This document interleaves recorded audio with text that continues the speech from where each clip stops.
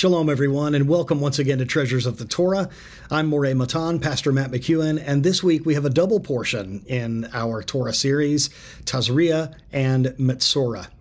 So I have two comments that I'd like to read to you, and both are about tzara'at. This is the skin disease that's commonly known as leprosy, which is not the leprosy of today. We've talked about that before.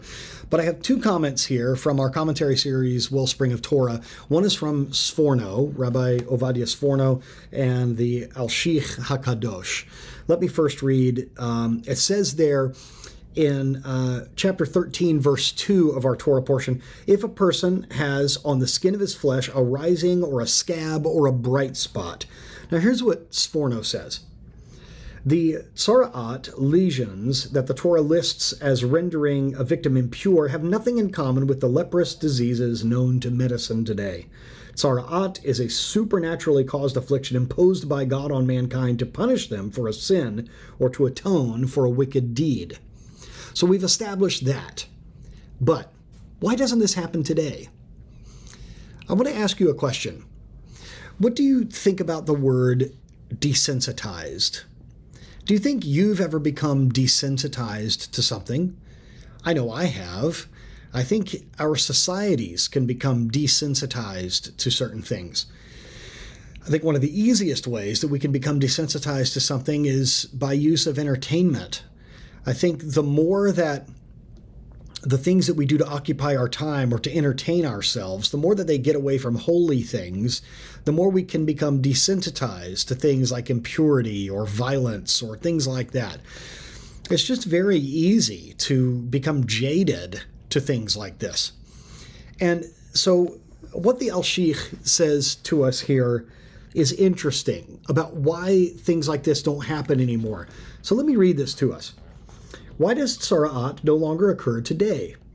Because it was set off by the spark of holiness within a Jew that could not tolerate sin, and hence reacted against all impurity by pushing it to the surface, where it then manifested itself in the form of lesions, which rendered the individual impure.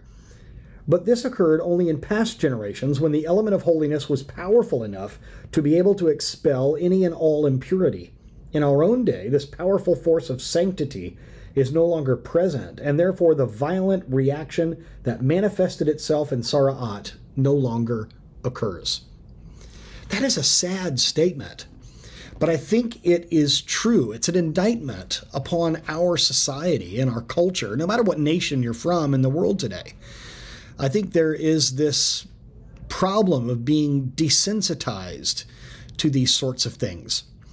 You know, when you get a splinter or a foreign body in your finger or your foot or in a certain part of your body attacks it. And as you know, there are actually times where your body will force that sliver or splinter or something out of your body. The wound will become inflamed, and your body will sometimes try to push that foreign object out of your skin. Well, apparently, what this rabbi says is that's exactly what was going on with tzara'at, that the people were so close to the Lord, they were so close to the giving of the Torah, that spark of holiness was so powerful within them, that it was like how our body, our white blood cells react. It's like how our immune system tries to push something out of our bodies. The same was true with tzara'at. When this evil deed or evil speech or spiritual malady occurred, the spark of holiness was still so powerful that it tried to expel that evil from the body, and it manifested itself as lesions or scabs or sores on the skin.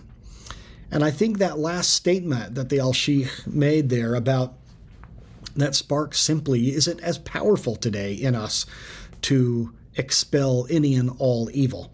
It's a sad statement, but I think if we're honest with ourselves, we would recognize that to be true. The things that society is okay with today, they just would not have been 10 or 20 years ago.